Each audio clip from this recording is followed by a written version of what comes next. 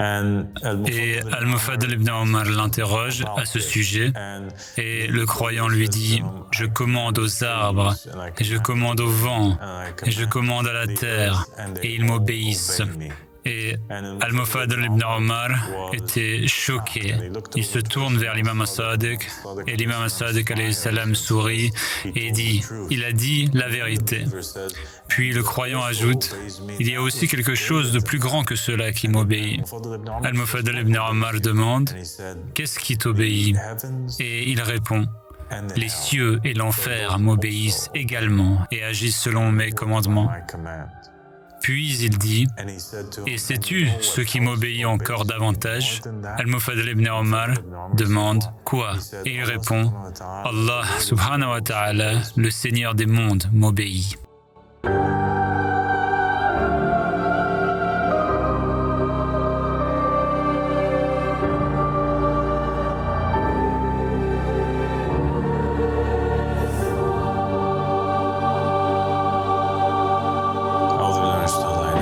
أعوذ بالله من الشيطان اللعين الرجيم بسم الله الرحمن الرحيم اللهم صل على محمد وآل محمد الأئمة والمهديين وسلم تسليما Assalamu alaikum wa rahmatullahi wa barakatuh, mon cher frère et compagnon Mustapha. Wa alaykum assalam wa rahmatullahi wa barakatuh, Père. Merci de m'avoir invité. Merci d'être venu. Merci, Père. Que Dieu te bénisse.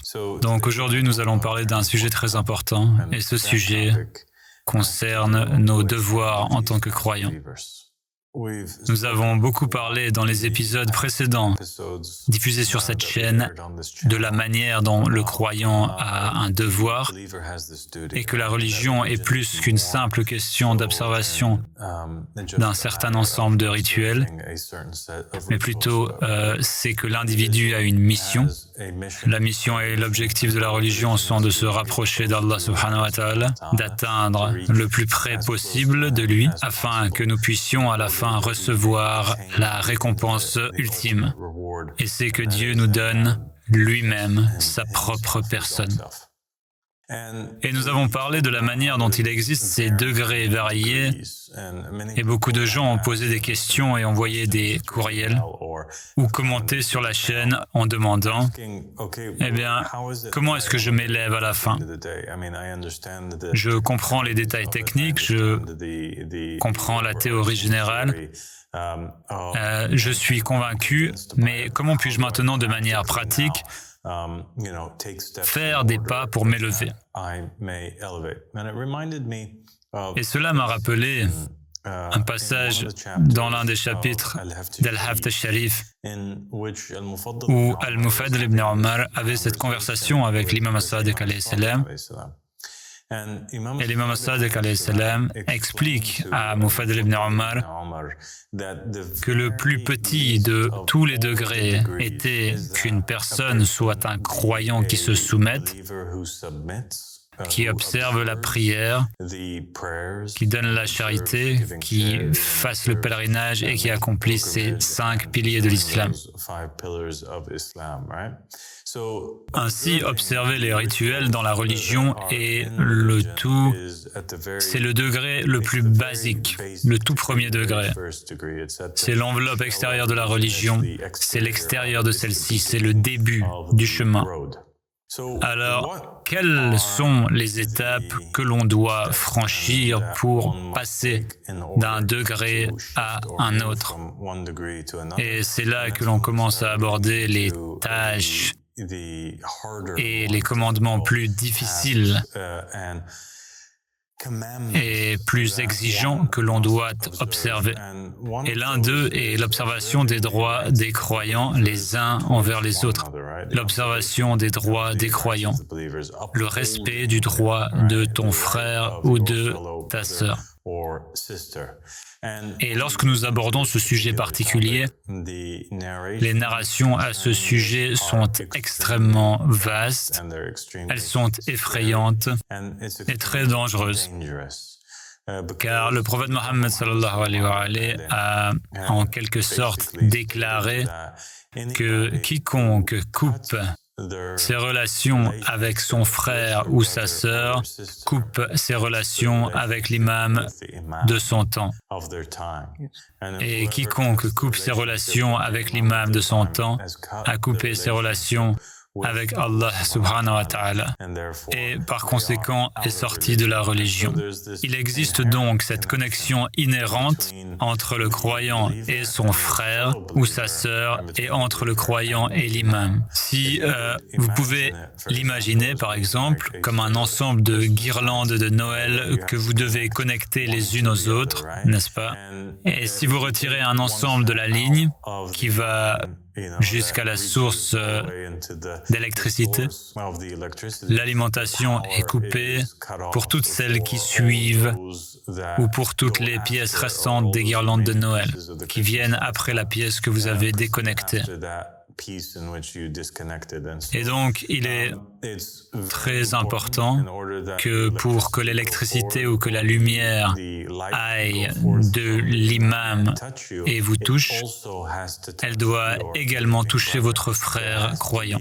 Il doit y avoir justice et équité, égalité entre ses frères et sœurs croyants, afin qu'ils maintiennent la wilaya. Et donc la question devient alors, d'accord, mais quels sont les droits du frère et de la sœur croyants? Comment puis-je maintenir cette justice et cette équité? Et c'est une question que beaucoup de gens ont posée dans le passé. Et il y a des narrations dans lesquelles, par exemple, un individu allait voir le 5e imam Mohammed al-Baqir, alayhi salam, et dans d'autres narrations similaires, il allait voir l'imam Ja'far as-Sadiq, alayhi salam, et il demandait à l'imam de lui dire quels étaient les droits du croyant. Et l'imam refusait initialement de lui dire les droits du croyant et lui disait « Regarde, je ne veux pas te dire. Si je te dis, ce sera une obligation pour toi. C'est trop lourd pour toi. Tu n'es pas capable de le supporter. » Et finalement, après beaucoup d'insistance, le croyant persiste dans son désir de connaître les droits en posant sa question à l'imam. Et l'imam lui murmure à l'oreille les droits, ou l'un des droits du croyant envers son frère croyant. Et la narration indique qu'à ce moment précis, les cheveux du croyant passèrent du noir au blanc. Il passa de jeune à très vieux, ses yeux s'enfoncèrent au fond de son crâne, il était terrifié, son visage devint pâle, et il s'élança comme un homme en folie, courant dans les champs en disant « Par Allah, jusqu'à cet instant, nous avons négligé les droits de nos frères, et étant terrifié à l'idée d'aller en enfer et effrayé par la lourdeur et le poids de ce que l'imam alayhi salam lui avait dit. »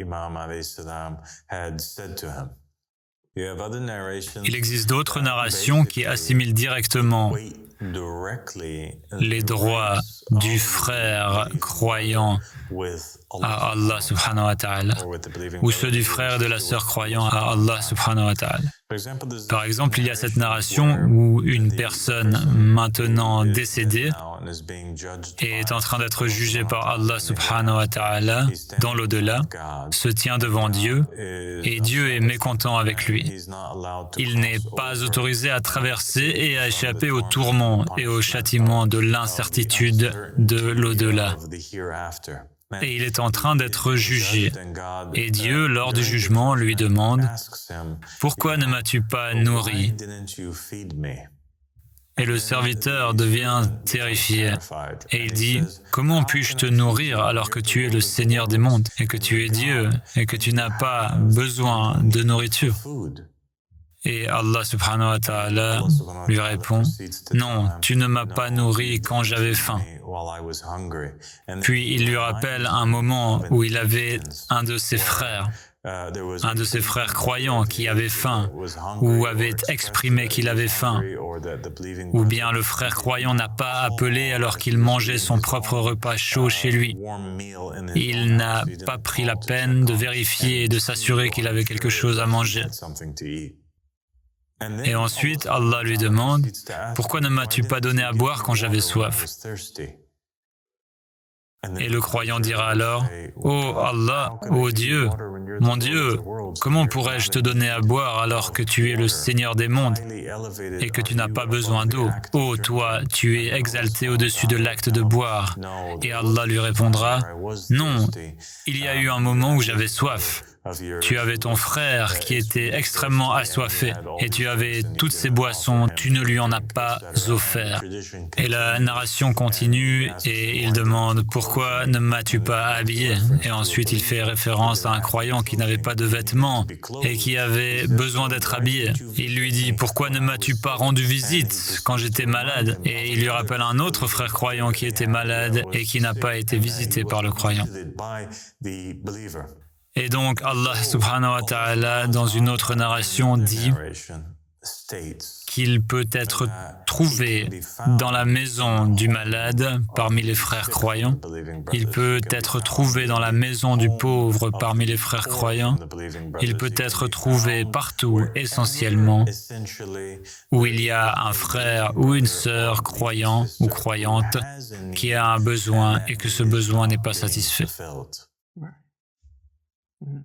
Et donc Dieu, dans ses narrations,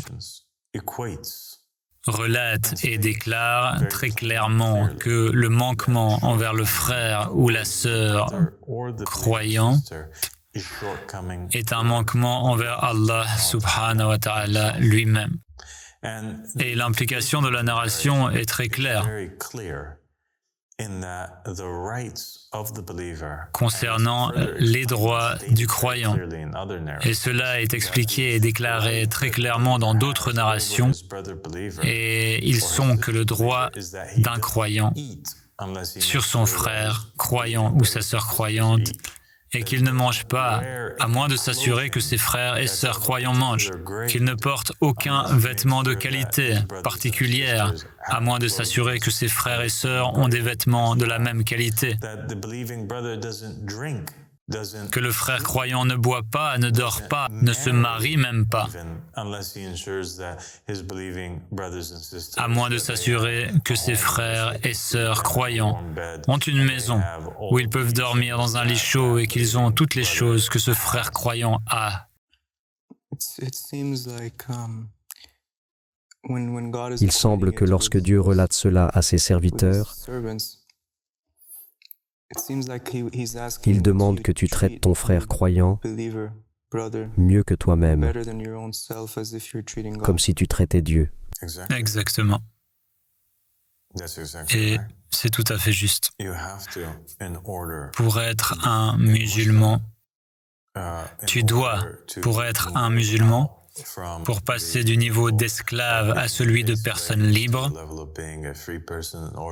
afin de mieux connaître Allah subhanahu wa ta'ala, tu dois reconnaître la présence même de Dieu dans le cœur des croyants qui sont tes frères et sœurs.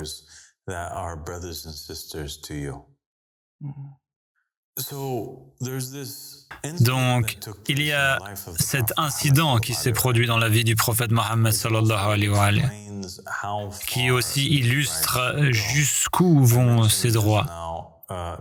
Je viens de mentionner à l'instant que le croyant ne peut même pas se marier ou être avec sa femme, à moins de s'assurer que son frère ou sa sœur est marié.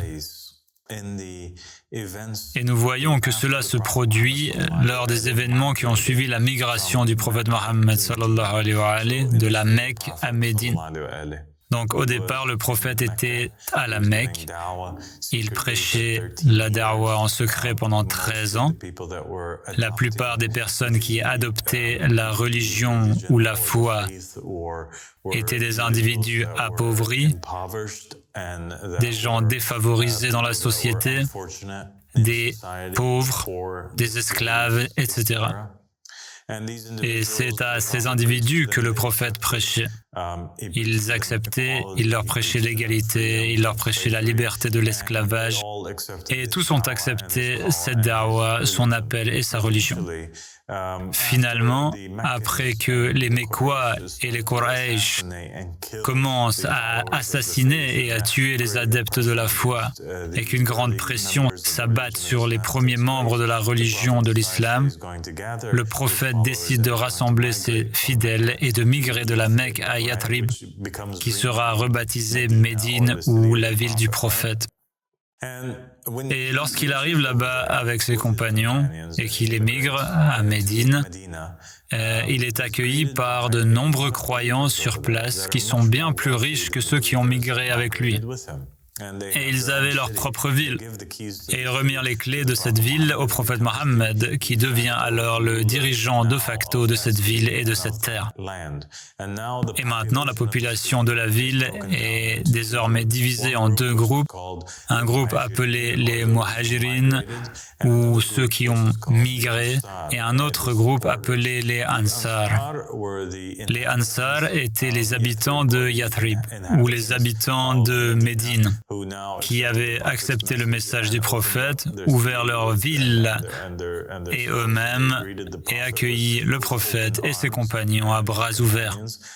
Et puis il y avait les Muhajirin, qui étaient ceux qui, ayant migré avec le prophète depuis la Mecque, étaient ce groupe composé en grande partie d'esclaves et de personnes pauvres. Et donc, lorsqu'ils sont arrivés à Médine, une des choses qui s'est produite est que le prophète Mohammed sallallahu alayhi wa sallam a établi un lien de fraternité entre les croyants. Il leur a essentiellement dit que la relation qui existait auparavant entre eux et les membres de leur famille physique n'était plus en vigueur. Et un verset du Coran a été révélé. En vérité, les croyants sont frères. Et le prophète Mohammed sallallahu alayhi wa sallam établit une sorte de famille spirituelle. N'est-ce pas? Et il associe les croyants ensemble par paire et fait en sorte que le frère croyant hérite de son frère lorsque ce dernier décède. Auparavant, quand un frère décédait, à qui laissait-il ses biens? À ses proches parents, sa femme, ses enfants, ses parents, ou quiconque était laissé derrière dans sa famille physique. Le prophète sallallahu alayhi wa sallam a fait en sorte que celui qui hérite désormais du croyant soit le frère du croyant, montrant ainsi les droits du croyant envers un autre croyant. Cela montre bien que ce que nous devons aux membres de notre foi commune est plus important que ce que nous devons à notre famille physique. Une autre chose plus difficile qui s'est produite est que le prophète Mohammed sallallahu alayhi wa sallam a abouti à des divorces. Ce n'était pas forcé, mais plutôt par le souhait des habitants de Médine. Tous ceux qui avaient plus d'une épouse et vivaient dans des mariages polygames ont chacun divorcé de certaines de leurs épouses afin que leurs frères croyants puissent avoir une femme, de manière à ce qu'il ne reste plus de personnes célibataires parmi eux. Et ainsi, vous pouviez avoir, par exemple, un esclave, un ancien esclave qui est désormais libre, mais avec le prophète Mohammed, mais qui toute sa vie a été esclave. Il n'a aucune possession, aucun statut dans la société, aucune réputation. C'est juste un esclave. Il est sans éducation et peut-être personne n'aurait voulu l'épouser, sauf une autre esclave. Et peut-être il n'y avait pas d'esclave femme à ce moment-là. Et donc ce qui s'est passé, c'est que afin de remplir les droits des frères croyants les uns envers les autres, afin d'avoir une société prospère où il n'y avait ni rang, ni statut, ni classe entre eux, le prophète Mohammed sallallahu alayhi wa sallam a marié les gens les uns aux autres. Et l'individu qui était riche, qui avait 2, 3, 4, 5 épouses, il divorçait de toutes sauf d'une, et il donnait ses épouses en mariage à d'autres croyants qui n'avaient pas de femmes. Et c'est une chose fascinante. En apparence, c'est beau, et en apparence, on pourrait penser que c'est une chose facile à faire, mais si un individu se met à réfléchir, à contempler et à y penser pendant un moment, et se demande s'il serait lui-même capable de faire une telle chose, imaginez que vous aviez une femme, ou deux, ou trois, en plus de votre première épouse, mais que vous les aimiez toutes et que vous aviez partagé de nombreuses années avec elles, et que vous ressentiez pour la deuxième ou la troisième épouse presque la même chose que pour la première, voire exactement la même chose. Seriez-vous capable de divorcer de l'une d'entre elles après un mariage de longue durée et de la donner en mariage à un parfait étranger, peut-être quelqu'un que vous ne connaissez même pas, que vous rencontrez pour la première fois, quelqu'un qui était autrefois un esclave d'une autre classe sociale? C'est une chose lourde à faire, je pense, de laisser partir quelqu'un que vous connaissez depuis si longtemps comme ça, mais ce serait pour la cause de l'imam. C'est vrai. Et c'est quelque chose de nécessaire si nous voulons établir un état de justice divine. Et les narrations étaient également claires. Dans l'état de justice divine, les relations entre les frères et les sœurs seront différentes de ce qu'elles sont aujourd'hui. Dans l'état de justice divine, personne ne sera dans le besoin. Dans l'état de justice divine, que les prophètes et les messagers cherchaient à établir, les narrations indiquent que les gens sortiront et chercheront un pauvre à qui donner leur charité, mais n'en trouveront pas. Il n'y aura pas de pauvres. Les gens sortiront dans les rues et la chose la plus rare qu'ils chercheront, sans la trouver, sera une personne dans le besoin. Donc, ils souhaiteront à cette époque avoir les opportunités qu'avaient les gens de notre époque, où il y avait quelqu'un dans le besoin afin de pouvoir accomplir leurs droits et d'obtenir les récompenses de la charité ou d'aider quelqu'un d'autre. Et dans l'un des chapitres du Haftarh Sharif, la punition ou les dangers de ne pas remplir ses droits sont si immenses et si grands. Dans un chapitre particulier qu'il traitait, il expliquait la raison derrière l'esclavage. L'imam Sadiq alayhi salam fut interrogé par Mufaddal ibn Omar. Quelle est la signification de ce phénomène que je vois de temps en temps parmi les croyants? L'imam Sadiq répondit, quel phénomène as-tu vu? Et Mufaddal ibn Omar dit, quelle est la raison derrière cette idée que parfois nous trouvons un croyant qui possède un autre croyant comme son esclave? Que s'est-il passé entre ces deux croyants? Qu'est-ce qui a causé qu'un croyant soit esclave d'un autre croyant? Et pourquoi cela est parfois toléré dans la société? L'imam Sadiq alayhi salam explique qu'il y a une raison derrière cela qui remonte aux incarnations, les incarnations précédentes qui existaient auparavant.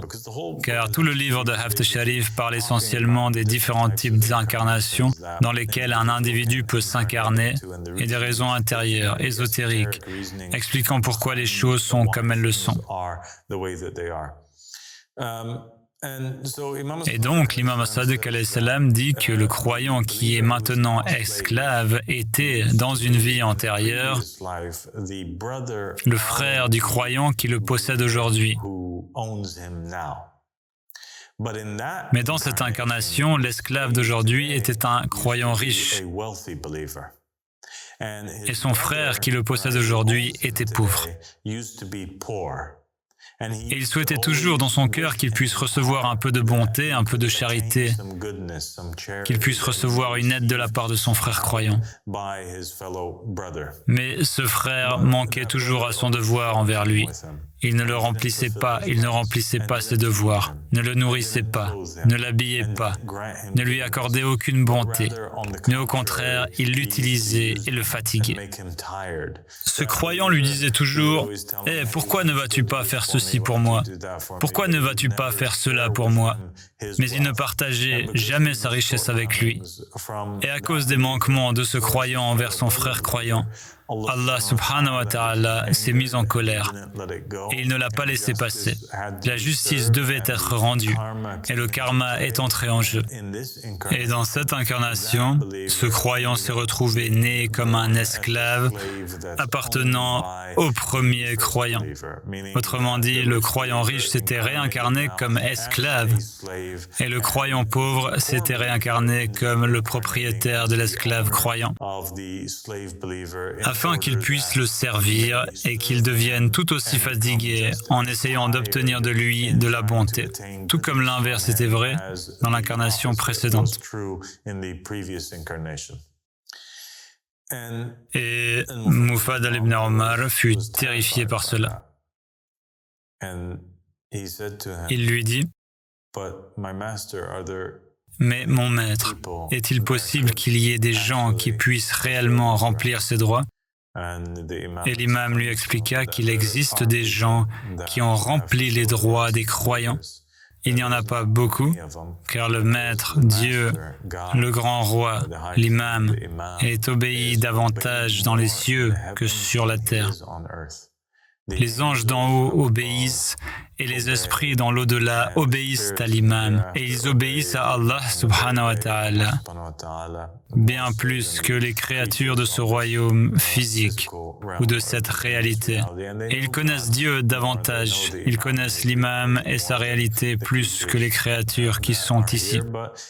Mais ils continuent en lui montrant et en lui disant « Non, il y a des croyants ici, même s'ils sont rares et peu nombreux. » Et alors l'imam As-Sadiq alayhi salam pointe du doigt un homme qui entre dans la pièce et dit « Voici l'un de vos croyants, l'un de vos frères, qui a accompli le devoir envers ses frères et qui est venu à connaître Allah subhanahu wa ta'ala et qui est devenu libre. » Et alors il lui dit « Tu peux poser toutes les questions que tu veux. » Et Al-Mufaddal lui demande « Qui es-tu mon frère? D'où viens-tu » Et le croyant lui répond en disant « Je viens de descendre des cieux à l'instant. » Et il ajoute « Et où vas-tu » Il répond « Je retourne aux cieux.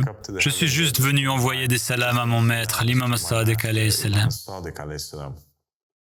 Et puis la conversation se poursuit entre Al-Mufaddal ibn Omar et ce croyant qui avait accompli les droits et les devoirs envers ses frères croyants et qu'il avait réussi à s'élever du degré où se trouvait Al-Mufaddal ibn Omar à un degré supérieur par lequel il devint libre.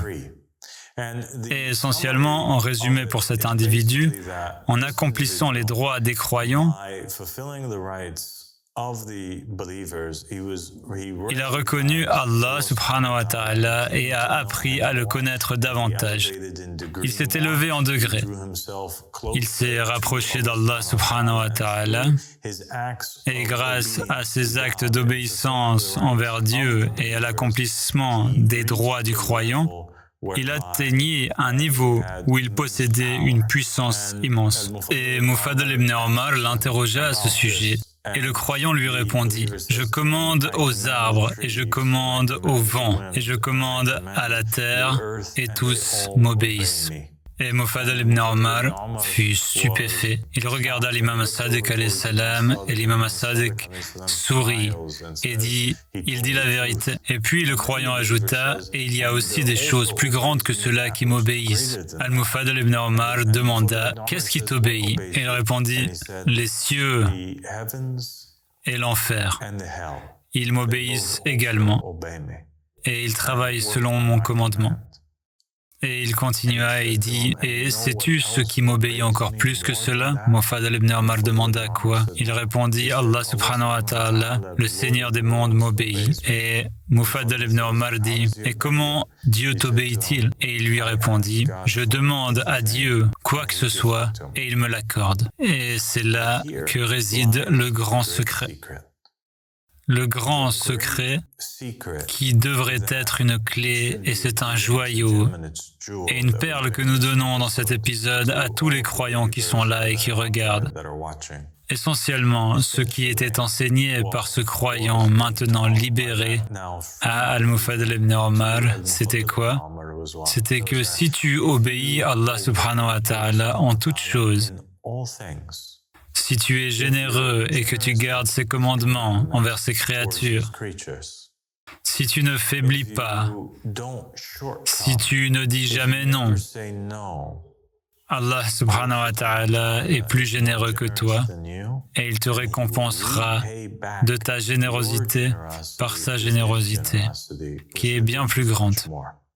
Si le croyant pauvre peut te commander et te demander des vêtements, de la nourriture, de la boisson ou quoi que ce soit dont il a besoin, et que tu lui donnes cela, et que tu deviens un vaisseau par lequel Dieu peut œuvrer pour répondre aux besoins de ce croyant, Allah subhanahu wa ta'ala aurait honte de rejeter une quelconque demande de ce croyant qui ne dit jamais non à sa sœur ni à son frère croyant. Automatiquement, parce qu'il accepte la doua ou les appels ou les demandes de la création de Dieu, Dieu doit et fait en sorte que toute la création accepte l'appel et les douas de ce serviteur croyant. Ainsi, le servant satisfait les besoins de la sœur, du frère, des enfants et même du mécréant, du chat et du chien. Et il existe de nombreuses narrations sur des individus qui sont entrés au paradis juste parce qu'ils ont nourri un chat, ou simplement parce qu'ils ont nourri un chien, ou donné de l'eau à un chien. Et Allah subhanahu wa ta'ala, en retour, fait que les cieux et la terre, le paradis et l'enfer, il fait que les arbres et le vent, les océans et les mers, et le reste des créatures et des animaux, tous obéissent et se soumettent à ce serviteur qui est fidèle et sincère envers lui.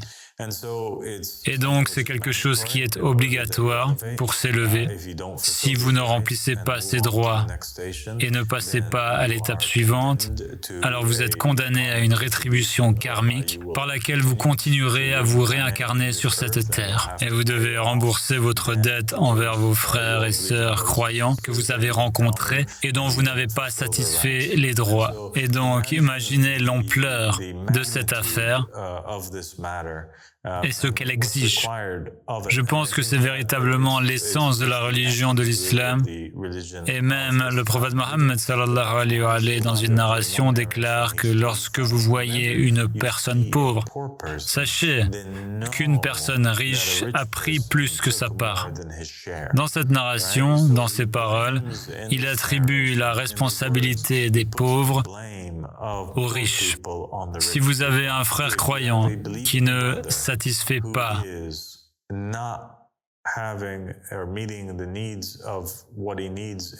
ou n'atteint pas les besoins essentiels de sa vie, la raison en est qu'il a des frères et sœurs croyants qui sont riches, mais qui ne remplissent pas leurs droits envers lui. Ainsi, la faute leur incombe. Et le jour doit venir où ils se réincarneront dans des conditions opposées afin que la rétribution karmique soit réglée. Donc, Père, c'est comme si le message de Dieu était « Si tu traites mon serviteur de cette manière, si tu le nourris, alors je te donnerai une nourriture encore meilleure que ce que tu pensais. Si tu lui fournis des vêtements, alors je te fournirai encore plus de vêtements. » Mais cela, c'est au niveau basique, jusqu'à atteindre le point où il t'obéit dans tout ce dont tu as besoin. Cela signifie que Dieu accorde aux gens une autorité et une capacité sur les autres. Même si tu n'es pas un roi sur eux, même si tu n'es pas leur patron ou leur propriétaire, tu as tout de même une autorité sur quelqu'un, sur celui ou celle à qui tu possèdes les choses dont il a ou elle a besoin. Et si tu réponds aux besoins de quelqu'un qui a besoin de toi, Dieu répondra à tes besoins. Les gens qui font des douas et dont les douas ne sont pas acceptés, c'est parce qu'ils sont généralement égoïstes et qu'ils ne répondent pas aux droits et aux besoins de qui que ce soit d'autre. Et donc Dieu déteste répondre à leurs besoins, car ils ne pensent à personne d'autre qu'à eux-mêmes. L'imam Ahmad al-Hassan a dit que l'humanité a un problème majeur, et ce problème s'appelle l'égoïsme. C'est le problème principal derrière toutes les guerres, les souffrances et tout l'enfer karmique que l'humanité traverse en ce moment et qu'elle vit sur cette planète. Si nous parvenons à surmonter l'égoïsme et à partager les ressources avec lesquelles nous sommes bénis et que nous possédons, si nous trouvons notre bonheur dans le bonheur de nos frères et sœurs ou de nos semblables, alors nous serons une espèce heureuse et nous avancerons avec la planète pour la transformer en un endroit bien meilleur que cette réalité dans laquelle nous vivons aujourd'hui. Et c'est une grande partie de la mission que nous avons. J'explique cela aux croyants aujourd'hui dans cet épisode afin qu'ils aient la clé pour que leurs invocations soient acceptées, afin qu'ils sachent comment passer à la prochaine phase, au prochain stade, au prochain niveau, au prochain degré, afin qu'ils sachent que s'ils ont un frère ou une sœur croyant qui est enchaîné par les chaînes de la pauvreté, enchaîné par les chaînes du besoin, ils ont la capacité de briser ces chaînes et de les libérer. Et en échange, Dieu les libérera de leurs propres chaînes, de lacunes qu'ils ont autour d'eux-mêmes. Et eux aussi peuvent être libres de ne pas être dans le besoin de nourriture ou d'eau et de s'élever vers les cieux et de descendre sur terre comme ils le souhaitent et de ne pas être liés par les chaînes de l'esclavage et les rituels qui sont utilisés pour maintenir les croyants déficients en contrôle, c'est-à-dire les prières, le jeûne, l'aumône et ces actes apparents de la religion. Et je partage également cela avec les croyants pour qu'ils puissent comprendre un peu plus notre mission. Notre mission, lorsque nous nous réunissons pour créer un état de justice divine, une partie de l'établissement de cet état de justice divine est de sortir et de prêcher l'idée de la suprématie d'Allah subhanahu wa ta'ala. Mais nous devons être connus à travers le monde comme étant les croyants en la vérité et les soutiens de Dieu par nos actions. Nous devons imiter les actions des prophètes et des messagers. Et lorsque nous examinons les histoires des prophètes, des messagers et de leurs disciples, nous constatons, tout comme nous le voyons dans le livre des Actes, que les croyants partageaient tout entre eux. Ils allaient même jusqu'à vendre leur maison afin de pouvoir répartir les richesses équitablement entre eux et pouvoir répondre aux besoins de leurs frères et sœurs croyants et croyantes. Et parce qu'ils faisaient cela, le livre des Actes affirme qu'ils n'étaient jamais dans le besoin, que Dieu les soutenait toujours et que leur communauté grandissait. Et finalement, ce sont eux qui ont supplanté l'Empire romain et qui ont fait de leur foi la religion officielle de l'État.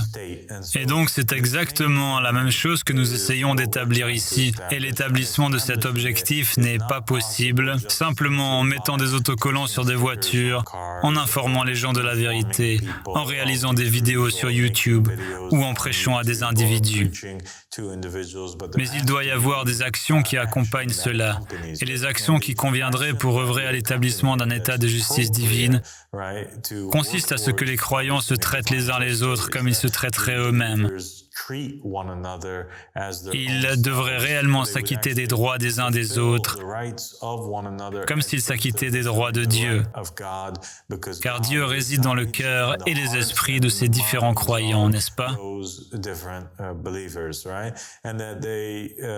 Ils devraient également se rassembler, partager leurs richesses et s'acquitter des droits de l'imam, ce qui constitue un droit encore plus grand que les droits qu'ils se doivent mutuellement, car c'est le devoir et la responsabilité de l'imam de veiller à ce que tous les croyants soient pris en charge et que leurs devoirs soient remplis. Ainsi, lorsque nous parlons d'établir un état de justice divine, nous parlons d'une idée d'un état dirigé par une personne qui est désignée par Allah subhanahu wa ta'ala, mais nous parlons aussi d'un peuple qui se soucie les uns des autres, où chacun d'entre eux est un Ali ibn Abi Talib, cherchant à l'émuler, surtout dans sa déclaration lorsqu'il a dit « Et si la pauvreté était un homme, je l'aurais assassiné ». D'accord, la mission de l'imam Ali ibn Abi Talib alayhi salam était d'assassiner la pauvreté, d'assassiner l'existence de besoins parmi l'humanité. L'ennemi des imams et de Dieu est le besoin d'une créature. Nous ne voulons pas qu'ils aient des besoins. Nous voulons qu'ils soient tous soutenus. Nous voulons que tous leurs besoins soient satisfaits. Nous croyons qu'il y a suffisamment de ressources sur terre et qu'Allah subhanahu wa ta'ala ne permettrait pas qu'un être ou une créature supplémentaire naisse sur cette planète, sauf si Allah avait garanti avec cet individu sa propre subsistance. C'est pourquoi il existe de nombreuses narrations qui condamnent les gens qui n'ont pas d'enfants, par exemple, ou ceux qui ont enterré leur fille par crainte de pauvreté, etc. Car Allah subhanahu wa ta'ala accorde la subsistance de chaque individu avec cet individu. Et si cette personne ne reçoit pas cette subsistance, ce n'est pas parce qu'Allah ne l'a pas donnée à cette personne, mais parce qu'il existe des gens tyranniques, malveillants et égoïstes sur cette planète qui ont pris plus que leur part. Et nous devons établir la justice. Nous ne parlons pas de socialisme, nous ne parlons pas de communisme, nous ne parlons pas de capitalisme, nous parlons d'humanisme. Nous parlons d'un individu qui, par sa propre conscience, est incapable de dormir la nuit en tant que croyant, tant que son frère ou sa sœur croyant ne dorment pas. En tant qu'être humain, ayant un cœur, il se considère comme faisant partie d'un corps unique, l'humanité, se voyant comme un organisme plus grand que l'individu seul, se percevant de la même manière que les abeilles voient leur ruche, n'est-ce pas? Aucune abeille ou fourmi ne se voit comme une seule abeille, une fourmi isolée qui vole ou marche. Elle se voit comme la communauté des abeilles, la nation des fourmis. Elles se perçoivent comme une partie de cela, une partie remplaçable de cet ensemble. Elles se voient prêtes et capables de sacrifier leur propre intérêt pour la survie du tout. Elles se perçoivent comme une cellule ou un cheveu de ce corps qui peut mourir et être remplacé, mais qui construit quelque chose de beaucoup plus grand et meilleur. Et elles se réincarneraient là-dedans dans le futur. Elles sont toujours vivantes, elles ne sont pas mortes, même lorsqu'elles meurent. Le martyr des croyants ne se considère pas comme mort, et les croyants ne le considèrent pas comme mort non plus, car il est toujours vivant. Il est vivant en tant qu'âme, mais il est également vivant dans la survie de la communauté croyante qui vient après lui. Donc nous essayons d'établir une communauté fondée sur cela, et c'est certainement ainsi que nous vivons. L'égalité n'est pas atteinte par la distribution du même objet à chaque individu, mais en nous voyant simplement comme une grande famille humaine qui répond aux besoins des uns et des autres sans poser de questions et en veillant à ce que chacun d'entre nous ait ce dont il a besoin. C'est une grande mission, Abba al-Sadiq, de faire atteindre ce point au monde entier en ce moment. Eh bien, pour changer le monde, il faut d'abord se changer soi-même, n'est-ce pas? Et donc, quand les gens parlent de changer le monde et qu'ils sentent que c'est une tâche immense, ce n'est pas une tâche immense. À l'intérieur de nous, il y a de nombreux univers, n'est-ce pas? Et l'imam Ali, alayhi salam, dans un hadith célèbre, dit « Tu te considères comme un petit germe, mais en toi est plié tout l'univers entier. » Et donc, nous avons l'univers en nous-mêmes. Le changement commence à l'intérieur. Nous ne verrons jamais un état de justice divine tant que nous ne changerons pas la condition qui est en nous-mêmes. Allah subhanahu wa ta'ala ne change pas ce qui est avec une nation tant qu'il ne change pas ce qui est en eux-mêmes. Et nous avons la capacité de le faire. Si chaque personne avançait avec une foi totale, s'engageait pleinement dans cet appel et aidait à établir cet état sans crainte, sans craindre rien d'autre qu'Allah subhanahu wa ta'ala, et avaient foi et certitude que s'ils remplissaient leurs devoirs envers leurs frères et sœurs croyants, envers leur imam, envers leur religion et envers leur Dieu, alors Dieu prendra soin d'eux et satisfera tous leurs besoins et leurs droits, et nous vivrions déjà dans un état de justice divine. Que Dieu te bénisse, Mustapha. Merci beaucoup. Merci de m'avoir rejoint aujourd'hui. C'était un honneur. Salam alaikum. Wa alaykoum salam.